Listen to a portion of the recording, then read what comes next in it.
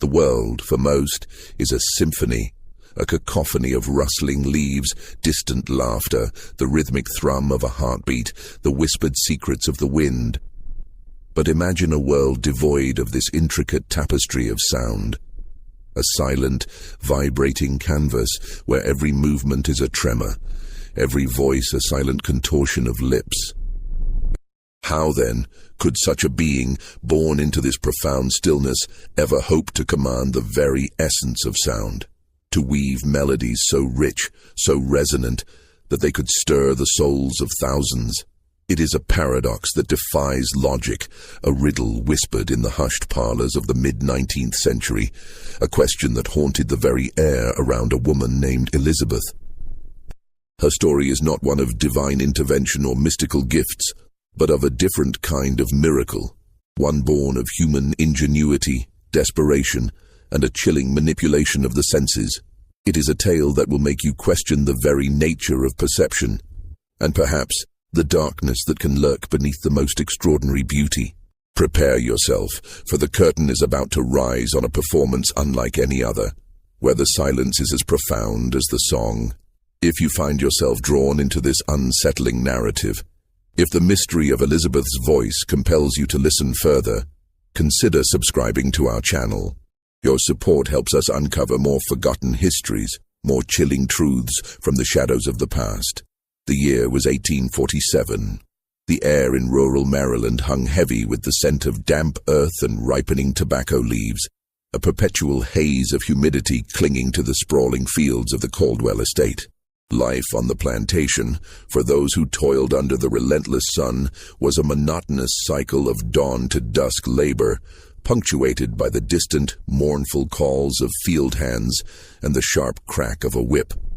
Yet, within the confines of the main house, a different kind of silence reigned, one that was both profound and perplexing.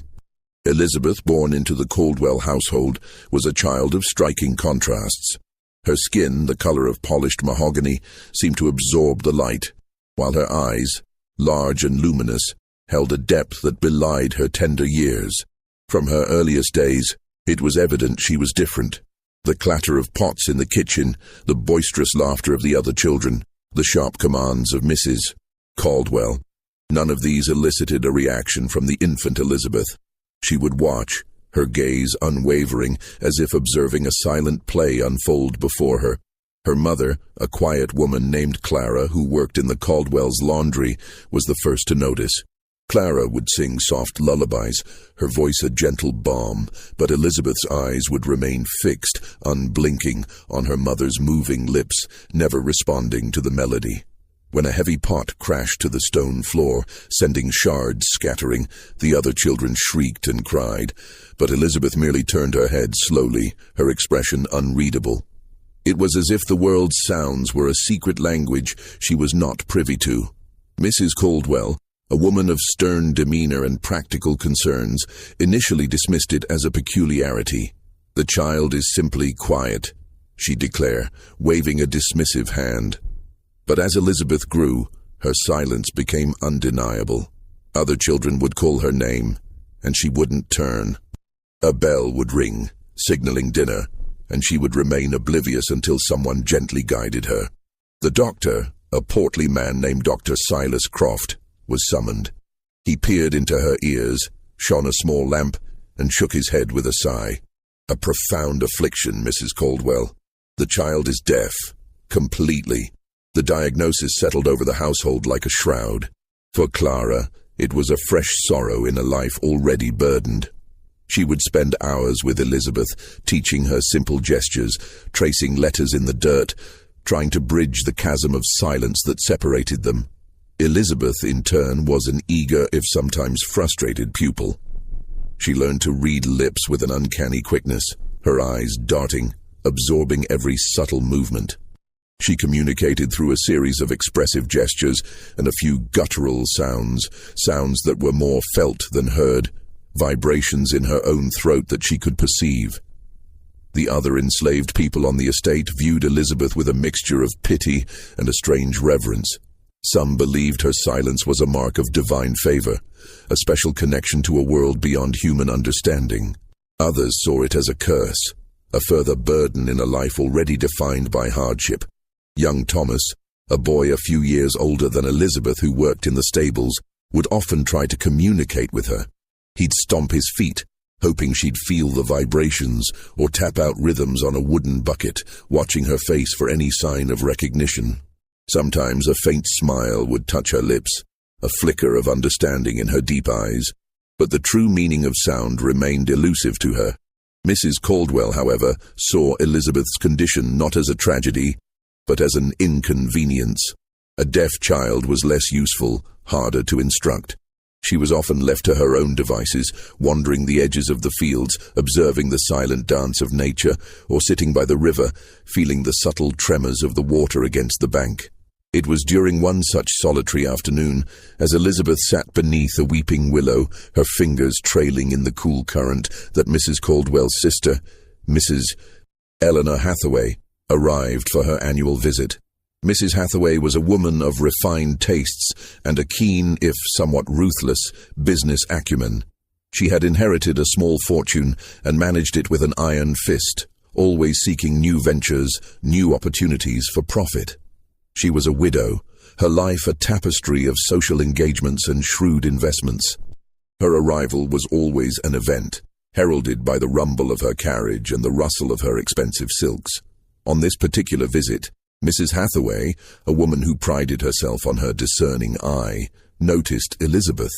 The child, perhaps 7 or 8 years old, was humming to herself, a low, resonant sound that seemed to emanate from deep within her chest.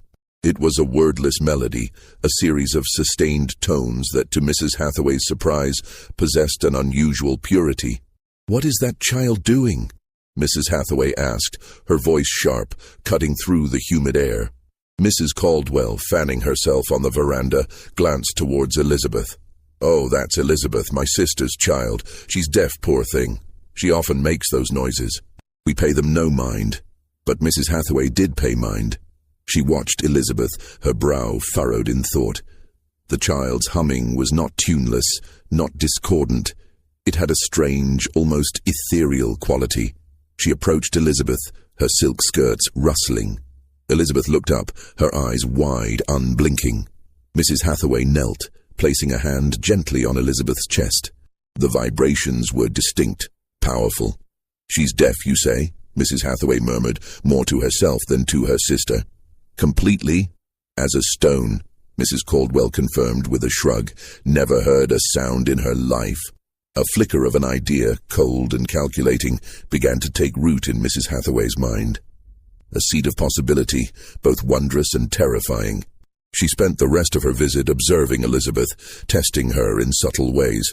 She would clap her hands loudly behind the child, only to see no reaction. She would speak directly into her ear, her voice raised, and Elizabeth would only watch her lips, patiently waiting for a gesture. Yet when Elizabeth hummed, the sound was undeniably beautiful, a raw, untamed purity that seemed to defy her condition. Mrs. Hathaway left the Caldwell estate with a new purpose. The image of the silent child, her chest vibrating with an impossible melody, had lodged itself firmly in her thoughts. She saw not a tragedy but an opportunity, a unique, unprecedented spectacle. The world, she knew, was hungry for wonders, for the inexplicable. And in Elizabeth, she believed she had found a wonder that could captivate, and more importantly, enrich her. The stage was being set, not for a performance, but for an elaborate, chilling experiment. The following spring, a new figure arrived at the Caldwell estate, his presence as unsettling as the sudden chill in the air. Dr. Cornelius Webb was a man of imposing stature, his frame lean and angular, his face a study in sharp angles and intellectual intensity. His eyes, a piercing shade of gray, seemed to miss nothing, constantly scanning, analyzing. He carried himself with an air of detached authority, a man accustomed to being listened to being obeyed. His reputation preceded him. A brilliant, if unconventional physician and anatomist from Philadelphia, known for his groundbreaking, often controversial research into the human senses. Rumors whispered of his fascination with the macabre, his relentless pursuit of knowledge, even if it meant pushing the boundaries of ethical conduct. Dr. Webb was not a man to be swayed by sentiment. His motivations were complex, a tangled web of scientific curiosity, professional ambition, and a deep-seated desire to leave an indelible mark on the world of medicine.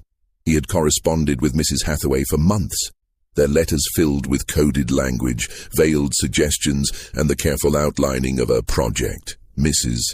Hathaway, ever the pragmatist, had painted a picture of a unique medical anomaly, a case study that could bring unprecedented recognition and profit to all involved. She had appealed to his scientific ego, his thirst for the extraordinary. His arrival was met with a mixture of awe and apprehension by the Caldwell household. He moved through the plantation with a quiet intensity, his gaze lingering on Elizabeth, who, in turn, regarded him with her usual silent scrutiny. He spent days observing her, watching her interactions, her movements, her peculiar humming. He noted the way she seemed to feel the vibrations of the ground, the subtle tremors of a distant cart, the rhythmic pounding of a blacksmith's hammer. Finally, the day came for the formal examination. Elizabeth, now nearly 9, was led into a dimly lit room in the main house, a room usually reserved for formal dinners, now transformed into a makeshift clinic. The air was thick with the scent of antiseptic and something metallic, a smell that made Elizabeth subtly recoil.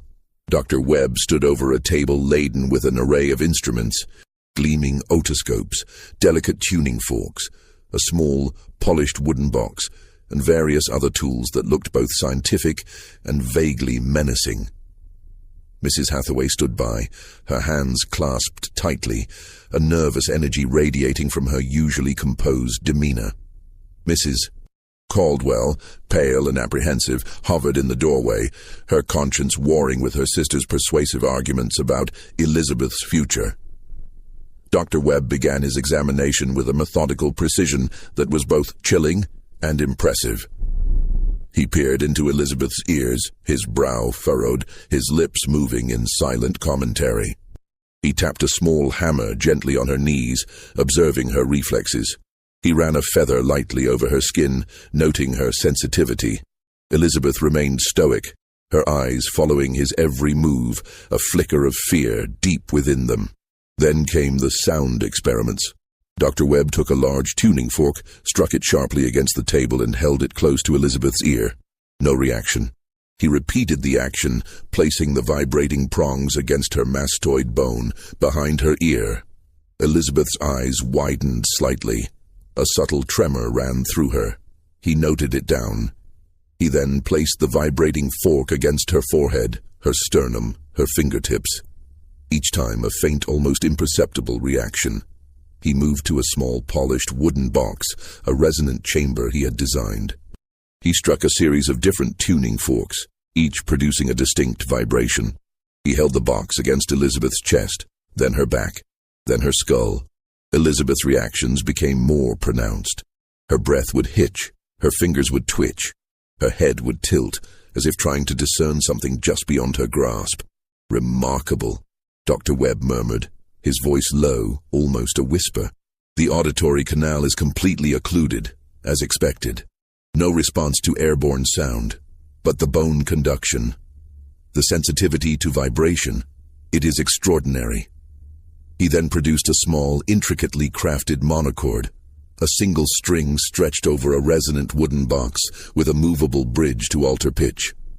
He plucked the string, then pressed the box against Elizabeth's chest. A deep, resonant hum filled the room, a vibration that Elizabeth clearly felt. Her eyes closed for a moment, a strange expression on her face, a mixture of discomfort and a nascent curiosity. Can you feel the difference?" Dr. Webb asked, his voice calm, his gaze unwavering. He moved the bridge, changing the pitch, and plucked the string again. Elizabeth, after a moment of intense concentration, nodded slowly. Her finger instinctively moved, tracing an invisible pattern in the air, mimicking the rise and fall of the vibration she felt. A profound realization dawned on Dr. Webb. It wasn't that Elizabeth heard sound in the conventional sense. It was that her entire body was an exquisitely sensitive resonator, capable of perceiving the subtle nuances of vibration that most people filtered out. Her deafness was absolute, but her perception of sound, through bone and tissue, was unparalleled. She didn't hear the melody, she felt its architecture. A cold, calculating thrill ran through Dr. Webb. The scientific implications were immense. But then another thought, darker and more insidious, began to take hold. He looked at Mrs. Hathaway, whose eyes were fixed on him, gleaming with an unspoken question. He looked at Elizabeth, her small, vulnerable form, her silent, watchful gaze. "Mrs. Hathaway," he said, his voice carefully modulated, "we have here a phenomenon, a medical marvel, but more than that, we have an opportunity." Over the next few days, Dr. Webb and Mrs. Hathaway engaged in a series of hushed, intense conversations. They met in the drawing room, the heavy velvet curtains drawn, their voices low, almost conspiratorial. "She cannot hear, Cornelius," Mrs. Hathaway reiterated, her voice a strained whisper. "How can she possibly sing?" "She perceives the vibrations, Eleanor," Webb explained, his tone patient yet firm. "The frequency, the intensity, the duration. Her vocal cords, her diaphragm, her entire skeletal structure are attuned to these subtle shifts. She can feel the music, and therefore she can replicate it, not through hearing, but through an innate, almost instinctual physical response. But to train her, to make her sing opera?" Mrs. Hathaway's skepticism was evident, yet her eyes held a greedy glint. "The public would never believe it." "That, Eleanor, is precisely the point," Webb countered, a faint, unsettling smile playing on his lips. "The public will believe it. They will believe it is a miracle, a divine gift, a testament to the extraordinary power of the human spirit. And we, my dear Eleanor, will be the instruments of that revelation." He laid out his plan with chilling precision. Elizabeth would be removed from the plantation, brought to Philadelphia, where she would undergo intensive, specialized training. He would teach her to control her voice, to modulate her pitch and tone, not by listening, but by feeling the vibrations within her own body, by observing the movements of his lips, by mimicking the physical sensations he would impart. Mrs. Hathaway listened, her initial reservations slowly eroding under the weight of Webb's persuasive arguments and the tantalizing prospect of immense wealth and renown. She thought of her dwindling investments, her social standing, the constant pressure to maintain appearances. Elizabeth, a child she barely knew, a child considered a burden, could be her salvation. "It will require absolute secrecy, Eleanor," Webb stressed, his gaze piercing. "No one must know the true nature of her condition. The illusion must be perfect. The miracle, absolute." Mrs. Hathaway nodded slowly, her face hardening. The moral conflict, if it had ever truly existed, was now buried beneath layers of ambition and self-preservation. She justified it to herself as an act of benevolence, a chance for Elizabeth to escape a life of servitude, to achieve something extraordinary. The truth, however, was far more sinister. She was not freeing Elizabeth. She was merely transferring her from one form of bondage to another, more elaborate, more profitable one. The dark event was not a single moment, but a calculated, chilling decision, a pact forged in the quiet desperation of ambition, sealing Elizabeth's fate to a life lived as a living, breathing paradox. The journey from the sun-drenched fields of Maryland to the bustling, gas-lit streets of Philadelphia was a dizzying blur for Elizabeth. The world outside the Caldwell estate was a kaleidoscope of new sensations. The rhythmic jostle of the carriage, the unfamiliar smells of coal smoke and horse manure, the constant silent rush of people. She was taken to a modest townhouse in a quiet, respectable neighborhood, a place far removed from the familiar sounds of the plantation, a place where her new life, or rather, her new existence, would begin. The training was relentless, meticulous, and often terrifying. Dr. Webb, now her sole instructor and overseer, transformed a small, sparsely furnished room into a private studio. The windows were often draped, creating a perpetual twilight, as if to emphasize the internal nature of her learning. The room contained a grand piano, its polished surface reflecting the dim light, and a series of custom-built instruments. A large, resonant wooden box designed to amplify vibrations, a set of precisely calibrated tuning forks, and a complex device Webb called a vibrational harmonizer, a series of metal plates that could be struck to produce specific frequencies. Elizabeth's days became a grueling regimen. Webb would sit at the piano, his fingers moving silently across the keys, his lips forming the shapes of notes and words. Elizabeth, perched on a stool, would watch him with an intensity that bordered on pain, her eyes straining to catch every nuance of his facial expressions, every subtle movement of his throat. "Feel the resonance, Elizabeth," Webb would instruct, his voice a low, steady rumble that she perceived as a deep vibration in the floorboards, in the air around them. He would place her hand on the piano's soundboard, then strike a low C. Elizabeth would feel the deep thrum, a powerful tremor that resonated through her bones. "Now replicate that. Feel it in your chest, in your diaphragm." She would try, her throat tightening, her breath catching. At first, her attempts were crude, guttural sounds, more like a moan than a melody. Webb would patiently, sometimes impatiently, guide her. He would place his hand on her throat, then on his own, demonstrating the subtle muscular contractions. He would press her hand against his chest as he sang a note, allowing her to feel the internal vibrations, the rise and fall of his breath. "Higher, Elizabeth. Feel the tension here." He would indicate her vocal cords, "the lightness in your head."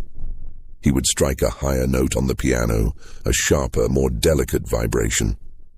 Elizabeth would struggle, her face contorted in concentration, until a thin, reedy sound emerged.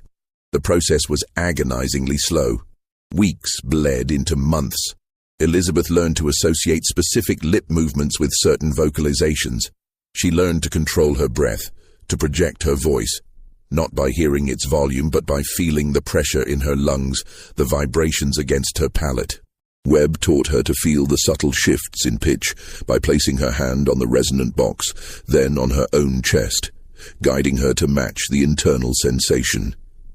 He introduced her to the concept of harmony by having her feel two different vibrations simultaneously, one in each hand, then guiding her to produce a single note that resonated with both.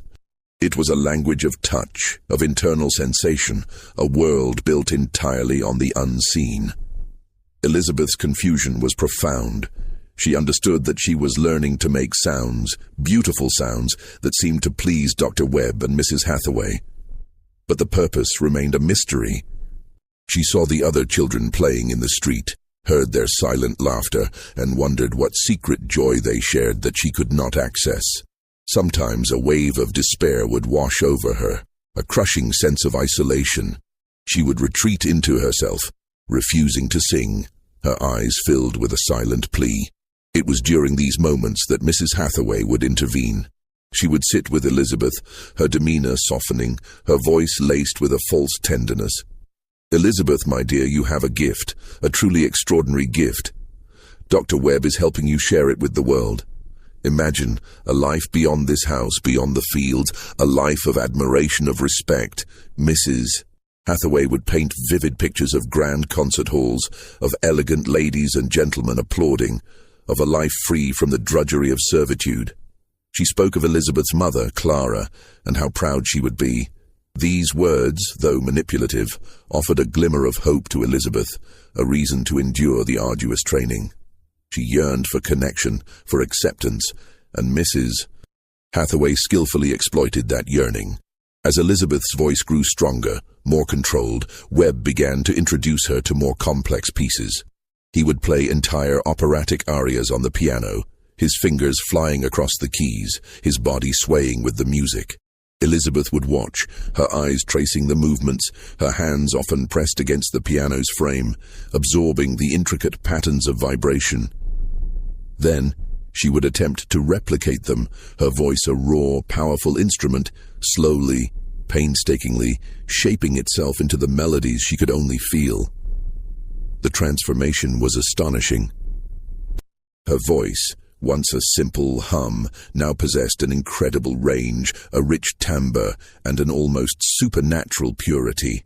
It was a voice that seemed to defy its origins, a voice born of silence, yet capable of soaring to operatic heights.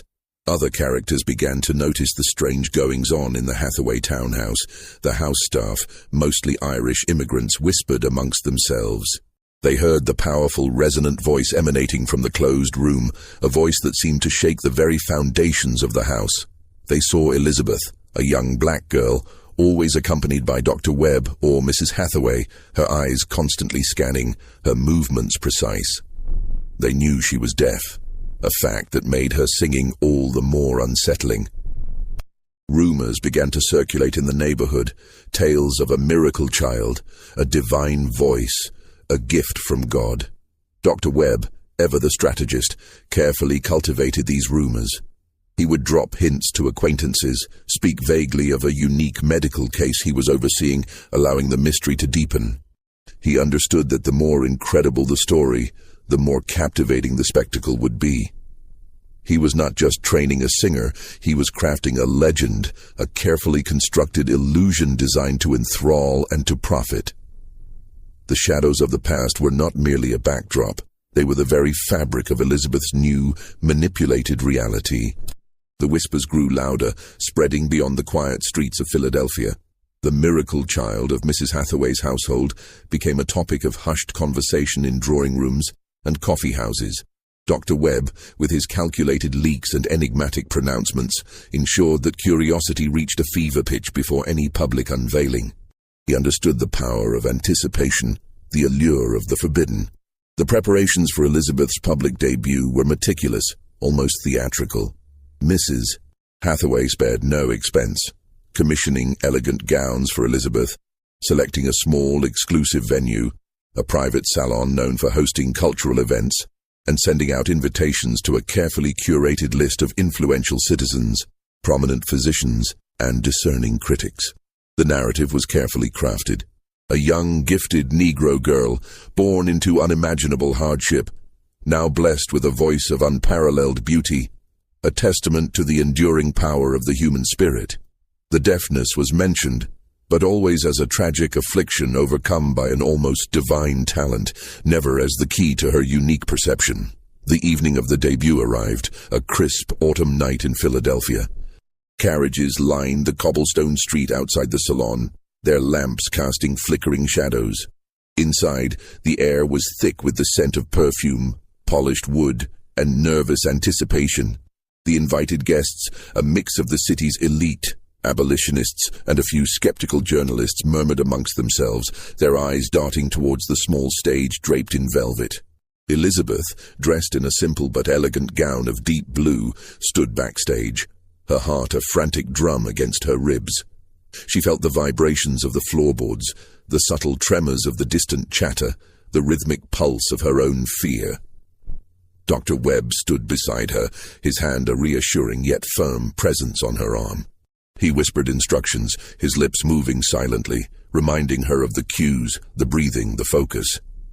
"Remember, Elizabeth," he mouthed, his eyes intense. "Feel the music. Let it flow through you." When her name was announced, a hush fell over the room. Elizabeth walked onto the stage, her movements graceful, her head held high. The gaslights cast a warm glow on her face, highlighting the striking contrast of her dark skin against the pale blue of her gown. She stood before the audience, a silent, enigmatic figure, her eyes scanning the faces, searching for understanding. The pianist, a young man named Mr. Arthur Finch, began the introduction to a simple aria. Elizabeth felt the deep vibrations of the piano through the stage, a familiar anchor. She closed her eyes for a moment, centering herself, feeling the music's architecture within her. Then she opened her mouth, and a sound, pure and resonant, filled the room. It was a voice that defied belief, rich, powerful, yet imbued with a delicate clarity. It soared through the salon, touching every corner, every listener. The audience sat spellbound, their initial skepticism replaced by a profound awe. How could a deaf woman produce such a sound? It was impossible, yet undeniably real. Tears welled in the eyes of some. Others leaned forward, their mouths slightly agape. When the aria concluded, a moment of stunned silence hung in the air, before erupting into a thunderous applause. Elizabeth felt the vibrations of their clapping, a wave of energy washing over her. She bowed, a small, almost imperceptible smile touching her lips. For the first time, she felt a strange sense of power, a connection to these silent, applauding figures. The performance was a triumph. The next day, the newspapers were filled with breathless accounts of the silent nightingale, the miracle voice of Philadelphia. Journalists, initially skeptical, now wrote with a sense of wonder, describing Elizabeth's voice as a phenomenon beyond human comprehension, a testament to divine grace. Fame, swift and intoxicating, descended upon Elizabeth. Mrs. Hathaway, now basking in the reflected glory, began planning a grand tour. New York, Boston, Washington, D.C. The major cities clamored to witness the extraordinary spectacle. Dr. Webb, his scientific ambition now intertwined with a growing financial empire, meticulously managed every aspect of Elizabeth's public life, ensuring the narrative of the miracle remained untarnished. As the performances continued, Elizabeth's understanding of her situation deepened, albeit slowly. She began to notice the subtle differences in the way people reacted to her. The awe, the pity, the occasional flicker of suspicion in the eyes of some doctors who attended her concerts. She saw the way Dr. Webb and Mrs. Hathaway guarded her, controlled her interactions, always present, always watchful. She was a prized possession, a valuable commodity, and she felt the weight of that ownership. During one performance in New York, a renowned ear specialist, Dr. Alistair Finch, sat in the audience. He had read the sensational reports, but his scientific mind rebelled against the notion of a truly deaf person singing with such perfection. He observed Elizabeth with a keen, analytical eye, noting her subtle movements, the way she seemed to anticipate the pianist's cues, the almost imperceptible tremor in her body as she sang.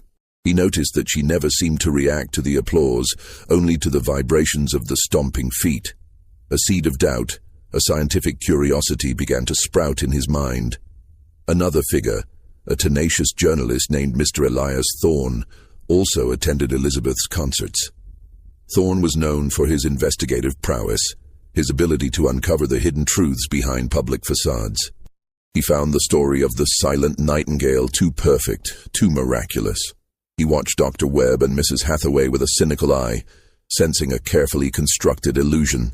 He began to ask discreet questions, to delve into Elizabeth's past, to search for the cracks in the carefully polished narrative. Elizabeth, meanwhile, continued to sing, her voice growing ever more powerful, ever more expressive. But beneath the surface of her extraordinary performances, a quiet storm was brewing. She was no longer just a child mimicking vibrations. She was a young woman, increasingly aware of her unique condition and the complex, often unsettling, web of manipulation that surrounded her. The mystery was no longer just for the audience. It was becoming Elizabeth's own, deeply personal enigma, a silent question echoing in the chambers of her unheard world.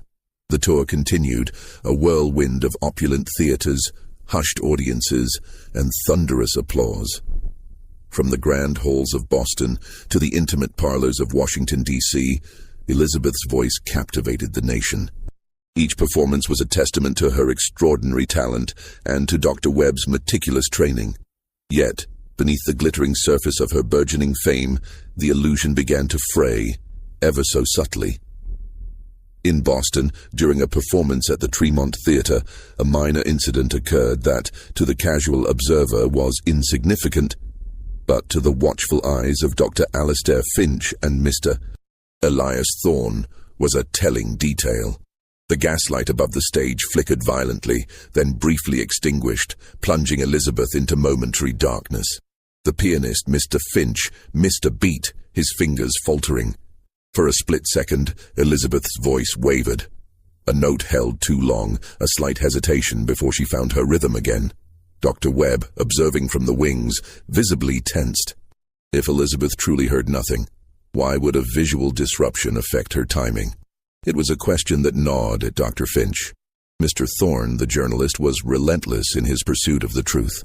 He interviewed former staff from the Caldwell estate, discreetly questioning them about Elizabeth's early life.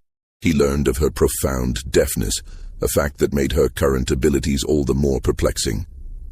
He noted the strict control Dr. Webb and Mrs. Hathaway exerted over Elizabeth, her limited interactions with others, the way she was always chaperoned. He tried to speak with Elizabeth directly after a performance in New York, but was politely, yet firmly, rebuffed by Dr. Webb, who cited Elizabeth's delicate constitution and need for rest. Elizabeth herself was becoming increasingly aware of the strange nature of her existence. She noticed the way Dr. Webb's eyes would dart nervously when a new doctor or journalist was in the audience. She felt the subtle tension in Mrs. Hathaway's hand when she guided her through a crowd. She began to experiment, subtly, with her own perceptions. During rehearsals, she would sometimes close her eyes, trying to rely solely on the vibrations of the piano, on the internal sensations of her own voice. She found that while she could maintain pitch and rhythm, the nuances, the emotional inflections, were harder to achieve without the visual cues of Webb's lips and the pianist's movements. She realized that her hearing was a complex tapestry of touch, sight, and internal resonance, not the simple act of listening.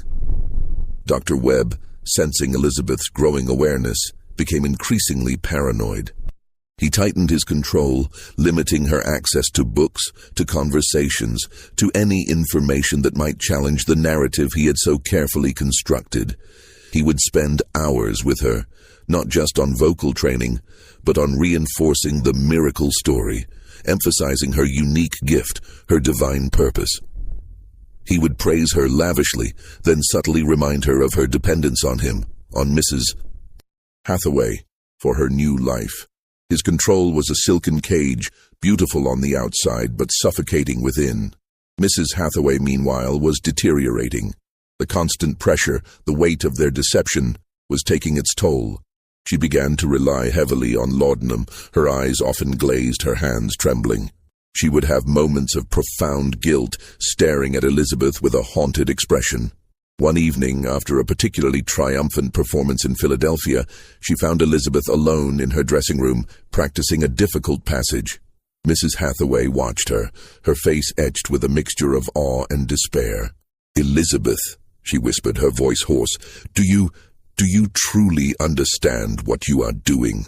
Elizabeth turned, her eyes wide and questioning. She watched Mrs. Hathaway's lips, waiting for clarification. Mrs. Hathaway shook her head, tears welling in her eyes. "Never mind, child, just keep singing." She fled the room, leaving Elizabeth more confused than ever. The medical community, initially captivated, was now divided. Some hailed Elizabeth as a medical marvel, a testament to the brain's plasticity. Others, like Dr. Finch, remained deeply skeptical. He began to publish articles in obscure medical journals, subtly questioning the prevailing narrative, suggesting alternative explanations based on bone conduction and heightened sensory perception. He never directly accused Webb of deception, but his carefully worded inquiries planted seeds of doubt. Mr. Thorne, the journalist, was closing in. He had discovered a former associate of Dr. Webb's, a disgruntled medical student named Mr. Arthur Davies, who had worked with Webb on his early research into sensory perception. Davies, bitter about being excluded from Webb's current success, revealed details of Webb's experimental methods, his fascination with sensory substitution, and his belief that the brain could be trained to interpret vibrations as sound. He spoke of Webb's ambition, his ruthlessness, his willingness to push boundaries. The tension mounted with each passing day. Elizabeth felt it, a low hum of anxiety that resonated through her body. She saw the furtive glances, the whispered conversations, the growing scrutiny. She was a paradox, a living enigma, and the world was beginning to demand answers. The illusion, so carefully constructed, was on the verge of collapse, threatening to expose the chilling truth behind the unheard melody. The stage was set for a final climactic performance, one that would either solidify her legend or shatter it completely. The grand performance in Philadelphia was to be the culmination of Elizabeth's tour, a triumphant return to the city where her legend had begun. The Academy of Music, a magnificent edifice of red brick and white marble, was packed to its gilded rafters. Every seat was filled, from the opulent boxes to the cheapest gallery perches. The air crackled with anticipation, a palpable energy that Elizabeth felt as a deep, resonant hum through the polished stage floor. Dr. Webb, impeccably dressed, moved backstage with a nervous energy he struggled to conceal. His eyes darted constantly, scanning the faces of the stagehands, the musicians, the few journalists allowed backstage. He knew Dr. Finch and Mr. Thorne were in the audience, their skepticism a tangible weight in the air. This performance had to be flawless beyond reproach. Mrs. Hathaway, pale and trembling, clutched a small vial of laudanum in her gloved hand. Her eyes were wide, her gaze fixed on Elizabeth, who stood quietly, her hands clasped, her face a mask of serene concentration. Elizabeth wore a gown of shimmering ivory, a stark contrast to her dark skin, making her appear almost ethereal under the gaslights. The orchestra began the overture, a powerful surge of vibrations that Elizabeth felt deep in her chest. She watched the conductor, his baton a silent blur, guiding the musicians through the intricate piece. When it was time for her entrance, she walked onto the stage, bathed in the warm glow of the footlights, to a thunderous ovation. She felt the rhythmic stomping of feet, the powerful vibrations of applause, a wave of energy that momentarily overwhelmed her. Her first aria was a triumph. Her voice soared, filling the vast hall with its incredible power and purity. The audience was mesmerized, lost in the beauty of the sound. Dr. Finch, however, watched her with a critical eye. He noticed the subtle way her eyes tracked the conductor, the almost imperceptible movements of her head, as if she were feeling the direction of the sound. He also noticed that when a particularly loud cymbal crash occurred, a sound that would make most people flinch, Elizabeth remained perfectly still, her expression unchanged.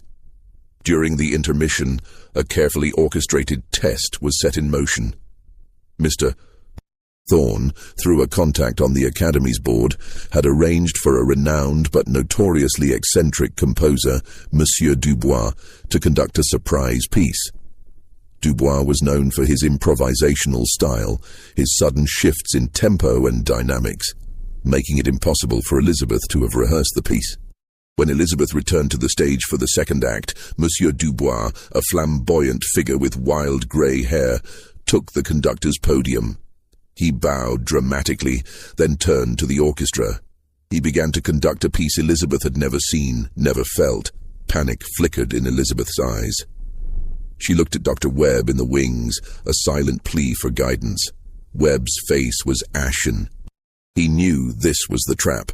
He could only mouth, "Watch me," his lips forming the words with desperate urgency. Elizabeth turned back to Dubois, her heart pounding. She watched his every move, every subtle gesture of his hands, the sway of his body. The orchestra began to play, a complex, unfamiliar melody. Elizabeth felt the vibrations, a chaotic jumble of unfamiliar patterns. She closed her eyes for a moment, trying to center herself, to find the rhythm, the pulse.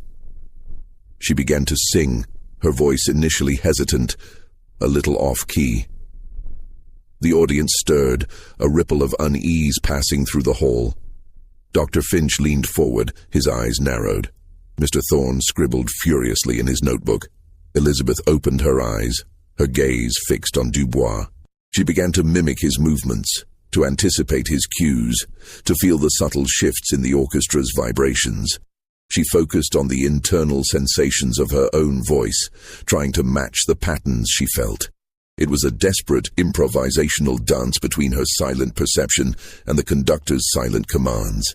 Her voice slowly, painstakingly began to find its footing. It was not the flawless, effortless performance of before. There were moments of strain, moments where her pitch wavered, moments where she seemed to be searching for the melody. But then, with a surge of raw power, she would find it, her voice soaring, imbued with an almost desperate intensity. As the piece reached its crescendo, Dubois, with a mischievous glint in his eye, suddenly stopped conducting. The orchestra, following his lead, fell silent. Elizabeth, caught in the momentum of her own performance, continued to sing for a few more bars, her voice echoing in the sudden profound silence of the hall. The effect was devastating. The audience gasped. A collective murmur swept through the academy.